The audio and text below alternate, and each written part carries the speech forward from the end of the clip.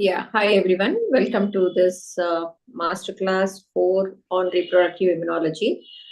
So, a lot of, I think, debate has been going on and a lot of interest has been shown in HLA and what is its role in implantation and also in recurrent miscarriages.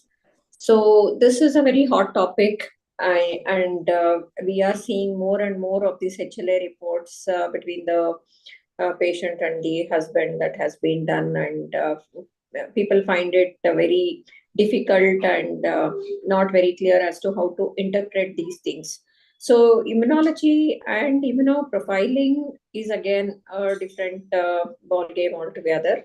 And today we have the topic of HLA, which is a little, I don't know. I mean, in transplant, I think it is very, very relevant and quite straightforward. But in immunology of reproduction, I'm not very sure as to how much importance we should give it and how much money we have to make the couple spend to actually rely on these and act upon these things to start medications. Yes, you can please start. Yeah. So actually, no, HLA is something which I just wanted to give 2-3 ideas to everybody, because it's, as Shilpa madam right now only little moments before told, that HLA is something which is becoming like a hot topic, no? And what is important for us to understand, I know, because many people, as far as gynecological practice is concerned, they don't even know full form of HLA. Okay. And HLA is basically an human leukocyte antigen. It is a separate class of genes which are present. Basically, you must remember that where is HLA in the body? So much HLA we are talking. Where is HLA? Okay, HLA is present in the human body in all nucleated cells. All cells of the human body which has a nucleus, it will have HLA also. Very much simple. Understanding? HLA is predominantly, if I don't go into very much details, HLA is somebody who is going to be predominantly going to make sure that if that nucleated cell is affected by a outside antigen, understanding, then HLA will get active and HLA will trigger the immune system, and HLA will go and say that, bhai, look, this has come from outside, kindly go and kill it. Bas, that is all that you are supposed to remember. That is it from gynecological perspective of HLA. Okay. If you talk of little bit into little advanced, and if you talk of transplant, then remember, in transplant, we are predominantly worried about discussion of HLA-A and HLA-B. Okay. These are the main things which we are worried when we are doing transplant, because it is an adult cell presentation. Okay. Pregnancy may logic is completely different. If anybody goes back to our master classes, the first master class, you will understand and you will remember that in pregnancy, I had drawn this very beautiful diagram. I don't know if that diagram is still there. Let me just try to pull up that diagram for everybody. I'll just share my screen to show that to diagram to you. Okay. You can see my screen, no, Shilpa madam? Yeah. See, yeah. So I had told very long back that whenever you are trying to talk about HLA, okay, HLA is going to be presented in the uterus as far as pregnancy is concerned completely differently. I will now give you an example of uterine transplant itself. Okay. So if I give an example to you of the uterine transplant, if I say this is the uterus of patient A, and if I have to present this uterus to patient B, I have to transplant this uterus to patient B, this same uterus, I am more worried about having HLA-A and HLA-B matching. Okay. As a result of this, if you look at the rules, in the HLA rules, what it is told, that you can either take it from your mother or your sister. Okay. That is because 50% sharing is any which was going to be present. Okay. But whenever you are trying to talk about pregnancy, very important to understand that when this is the endometrium, this is the embryo, it is this embryo which is actually going to present HLA-C, and this HLA-C is going to be presented to our NK cells. We have studied this 4 master classes ago. NK cells will then express something called as KIR receptors, and as a result of this, whenever we are trying to study pregnancy, HLA-C becomes very, very important for us. Okay. This was the basic which we had taught some while back. Okay. So I will again come back to the class, and I will show you a different type of a report. I will again show you a different type of a report here. See this. I will try to just rotate my screen. And here it is. See this. This is the HLA report which we get commercially. Okay.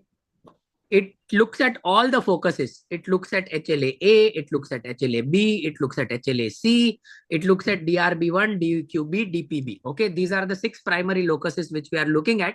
But then when we try to look at it from the point of view of pregnancy, if you see, when I try to talk of recurrent implantation failures and when I try to talk of recurrent pregnancy loss, the cutoff is 50 to 60% matching. And see the maternal type and the paternal type of HLA-C, C1, C1. So that means the risk is very, very low. Of course, there is a criteria for this, friends. And if you study in this couple, the HLA matching is only 17%.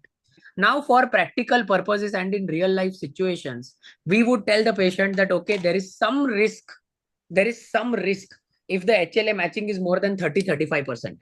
But I just want to add one point here. Okay, this is going to be very practical. I just want to add a confusing point to this. Okay, there are so many people who get married in consanguinity. Okay, in fact, in tradition, if you look at olden Indian tradition, marriages were always going to be consanguineous marriage, right? And in consanguineous marriage also, they will have 25 children. Okay, without having any abortions, despite having an HLA match of close to 30%, 40%, 50%. Understanding? Why does this happen? That when HLA matching is 40% and 50%, couple is able to conceive naturally. The answer for this is HLA polymorphism. If you look at our masterclass number 2, we have described polymorphism very beautifully. And as a result of this, we have mentioned so many occasions that even if we do HLA typing, because of the huge amount of polymorphism which is present in the HLA gene, especially HLA-C expression, more than 8,000 polymorphic types have been already identified. As a result of this, even if the matching is 40%, we don't really know why some couples who have a consanguineous marriage have many, many happy children, why some couples who have a consanguineous marriage have children with anomalous babies, and why some couples who are not even consanguineous marriage, okay, and have only 2 genes which are shared with each other, give rise to recurrent implantation failures. So this is the dilemma. And because this is the dilemma, this is only my personal opinion that routinely advocating somebody to do HLA typing or HLA-C matching along with KIR gene location on endometrial biopsy is not something which is going to solve the equation or solve the problem. Understanding? It is going to basically add to the patient cost. If the couple ends up doing is the average cost which the couple will spend despite the best possible offers is going to be in the range of around 18 to 25,000 rupees just for doing this particular testing. And I think you have to be very careful before you advise this. Now coming to the practical purpose. If you have identified that the HLA matching is less than 30%, is there any role of immunological science? The answer is we don't know. No role of intralipids for sure, no role of IVIG for sure, no role of LIT for sure, no role of giving Tacrolimus. We don't really know. What if the couple has had 5 abortions and HLA match is only 10%? It can happen. In that situation, we normally recommend the couple to, by that time, I mean, by the time the couple would come to us, they would have already done whole gene exome sequencing, because only after all that has failed, only after a genetic issue has been completely taken care of, after that only we are going to ask the couple to go ahead and do any such type of HLA testing or CDC cross matching, right? So by that time, that would have already been sold. I wanted to share something today. I had a doctor who had called me up from Jhansi today, and she told me that she is very much beautiful and fascinated with my Tacrolimus protocol, and she wants to use it in a patient who has had previous 2 IVF cycles failure. So I asked her only one question, that in this situation, madam, have you got the embryo genetically tested? And is it a chromosomally normal embryo? To which she told me, usse kya farak padta hai? How does it matter if the embryo is genetically tested or not? Remember, guys, this entire science is only going to help you, only going to give you a solution if you are trying to put in a euploid embryo. This science is not to put in aneuploid embryos, 100% not.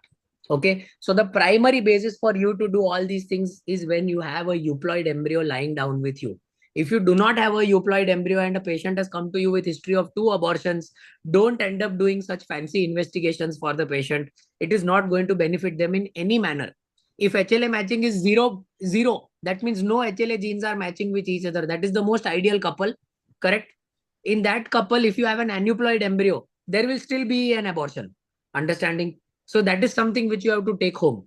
Now let's assume the final case situation where you have done everything. You have euploid embryos, couple has had 2, 3 implantation failures, 1, 2 abortions, and now the couple has told you, boss, now what? Right? Now our HLA matching is 40%. What next?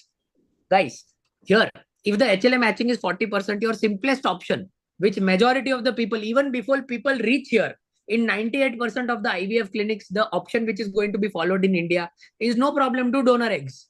So you have drastically changed the HLA completely. No point in doing HLA testing of husband and wife when you are doing donor eggs. Understanding? No point in doing all this when you are doing surrogacy. This is only going to be indicated for couple who want self egg and self sperms. Understanding? And even in that, okay, there may be some role of tacrolimus. Why I am telling this about tacrolimus? Because it is in transplant medication. Tacrolimus is used extensively by our transplant physicians. They use tacrolimus even if the father-son, mother-daughter, father-daughter, first bloodlines are giving organs to each other. They still use tacrolimus despite having a good amount of HLA, HLA-B match. Understanding? We are not going to that level. We are looking at HLA-C and we use an extremely micro minimalistic dose of tacrolimus. Okay, in this situation. And when you have a euploid embryo with you, and if the couple matching is more than 30-35%, you can consider these couples to be taking tacrolimus. 1 mg is going to be usually enough. It is going to be started from day 2 of your HRT cycle preparation. It is going to continue right through the embryo transfer. And if there is cardiac activity, you are going to continue it till approximately 12 to 20 weeks of gestation. To use 12 weeks or to use 20 weeks is not identified. Nobody knows the answer to that. We use it only and only after our nephrologist gives us clearance. Our nephrologist is any which way is a transplant doctor. So he is a very good guy. If in case he gives the couples where there is a role of tacrolimus, because it is a very powerful immunosuppressant. When HLA-C is matching and nothing else has been proven, you can use tacrolimus for the power of its immunosuppression, but nothing more than that. All right. With this, I am going to conclude. As I have told you even before you do this test, be very certain of all the other criteria which you need to follow, and only then do this test. Don't get fascinated, because our fascination does not end up the patient into any benefits. And even if we do all these types of tests, majority of the patient is going to be confused. Okay, they don't know anything about it. Okay, so I'll be happy to answer 3-4 questions from Shilpa madam on this. Okay, so you are doing the HLA typing using the peripheral blood only, right? The venous blood. So what is this the endometrial immunoprofiling that is gaining so much of importance now, where it is a package and they tell us to do it from various companies, like a lot of commercial companies have come up now. And initially it was all those tests which used to check that infection. So that came, and then ERA came. Madam, that was looking at NK cell activity. Now, when they are doing endometrial immunological profile, they are looking at all the markers, CD16, CD56, many things, madam. Understanding? And that is all endometrial markers for the type of bloodline which is present inside. For example, whenever NK cell is going to be predominantly, which is present inside, right? Uterine NK cells. When we talk of uterine NK cells, they will predominantly express CD56. Okay. When you have peripheral NK cells in majority, they will express CD16. Okay. Now, how much is this expression going to be benefiting? We don't know, because if in case we are doing it, we also need to test if at all the patient is having endometriosis, adenomyosis, endometritis, PID, hundreds of things. What will happen in our countries? People will leave endometriosis as it is. Grade 4 endometriosis present, and then you are doing LIT. How it will benefit, right? So these are the practical problems. I don't do endometrial immunological profiling, madam. And I don't think my patients can even afford it. And I am grateful that nobody has even come to me with all this, so far, that they have a beautiful package of endometrial immunological profile and kindly recommend it to your, kindly recommend to your patients, and whatever it is, we will Okay, try to help. yeah, leave it. So when is it that you are advising them to get a HLA test done? What is your indication in your clinic? Only if everything else is failed and somebody is having euploid embryo or I am having euploid embryo. See, at our level of clinic, no, madam, it is very common to get patients who have 4 IVF fail, 5 IVF fail, 6 IVF fail. By that time, they have done everything. They are themselves IVF consultant. They have become so expert into IVF, understanding? And by the time they will come to me, HLA typing will have been already done. They will have already done this testing and they will be coming to us. Correct? That is the reason why we get opportunity to use Tacrolimus so extensively. Okay, into our practice. But it is not for majority of the another consultants, it is going to be 2 cases in a year. Yeah. So, so what is it like? How judiciously we should actually do this immunological aspect? Like, like how you said LIT and Tacrolimus, and we have thymosin, we have IVIG, we have intralipid, we have the cheapest, the steroid. Yeah. So what is it that how what is your the go-to drug among all these, if at all, if you are using any of this? None. The go-to is to form a euploid embryo. Believe me, I have come back to this many times. Form the euploid embryo. That is because, see, you're doing self cycles even in older patients, and also who are wanting to have their own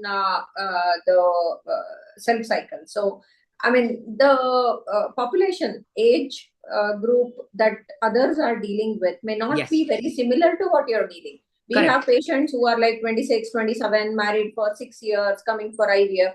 Even then, you think we have to give it so much importance? Not at all, madam. Not at all. See, this, as you correctly mentioned, this is to be only taken into consideration if you are doing self cycle. This has got no correlation to doing donor cycles. Understanding?